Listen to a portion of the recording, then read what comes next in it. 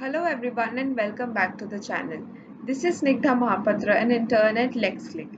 In my previous video, I had talked about agreements under the competition law and horizontal agreements. In this video, I will be talking about vertical agreements. Now, what are vertical agreement? A vertical agreement is a term used in competition law to denote agreements between firms operating at different levels of production or distribution chain.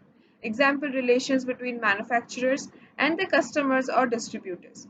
For instance, a manufacturer of consumer electronics might have a vertical agreement with a retailer under which the latter would sell and promote the former's products, potentially in return for lower prices.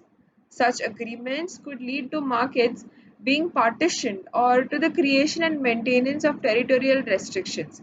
Similar vertical restraints may fall within the Article 4 prohibition unless covered by a block exemption or individual exemption. Vertical agreements were prohibited per se, while rule of reason is being preferred by the court now to evaluate vertical restraints. The Indian competition law is in tune with US competition law as far as applicability of rule of reason is concerned. Tata Engineering and Locomotive Co Limited versus Registrar of Restrictive Trade Agreement is a landmark decision of Supreme Court of India which aptly illustrated the applicability of rule of reason in cases of restrictive trade practices. The Supreme Court in this case held that the following three issues should be considered to determine whether a restraint suppressed or promoted competition. These three issues are: 1. Facts peculiar to the business to which the restraint is applied; 2. The condition before and after the restraint is imposed; and third, nature of restraint and actual and probable effects. Now, there are basically five types of vertical agreements.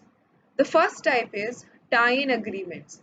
Tie-in arrangements includes any agreement requiring a purchaser of goods as a condition of such purpose, as a condition of such purchase to purchase some other goods. This is an arrangement by which a seller agrees to sell a product known as the tying item only on the condition that the buyer agrees to buy a second product known as the tied product from the seller. Such agreements not only reduce or eliminate the competition completely but also remove buyers' resistance to the tied product. Following tie-in agreements were held to be restraint in trade. In Ray Hindustan Motors Limited case, requiring the buyers of cars to pay towards the servicing of cars with the sale price, and in Ray Anand gas case, requiring customer to buy gas stove while giving gas connection were held to be restraint for trade. Now, the second type of vertical agreement is exclusive supply agreements. Exclusive supply agreements includes any agreement restricting in any manner the purchase in the course of his trade from acquiring or otherwise dealing in any goods other than those of the seller or any other person. In Jindal Steel versus Sale, an exclusive supply agreement through a Memorandum of Understanding or MOU was entered into between Indian Railways and Steel Authority of India to supply rails on a continuous basis. Jindal Steel and Power Limited alleged that the said MOU resulted in foreclosure of the relevant market for it. It was held that the MOU was not hit by Section 3 subsection 4 and hence not anti-competitive.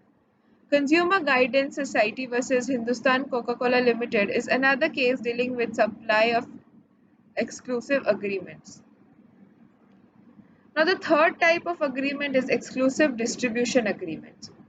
Exclusive distribution agreements includes any agreement to limit, restrict or without the output or supply of any goods or allocate any area or market for the disposal or sale of the goods.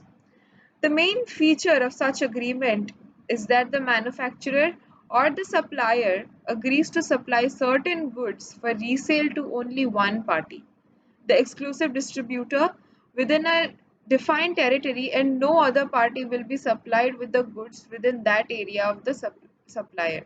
Exclusive dealing is a way of restraining inter-brand competition. Now, the fourth type of vertical agreement is refusal to deal.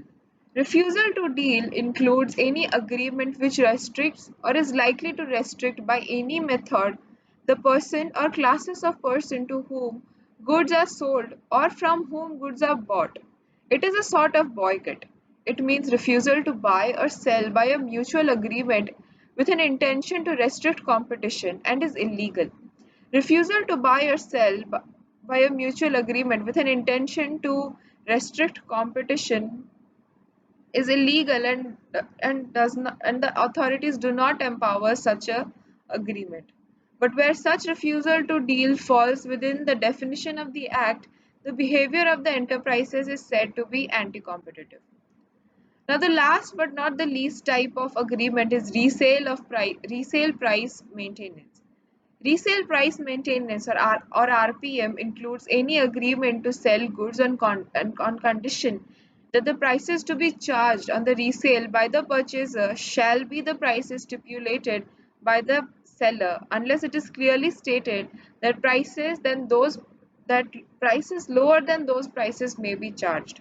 RPM is a form of price fixing.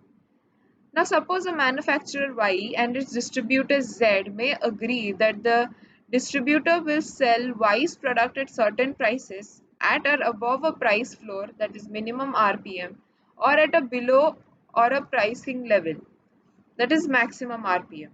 If Z refuses to maintain prices due to whatever reason, Y may stop doing business with it. Every case of RPM is to be judged on the basis of its effects to establish its nature. Usually, branded goods are subjected to RPM as opposed to non branded goods. Thank you so much for watching today's video and please subscribe to the channel and see you in another video.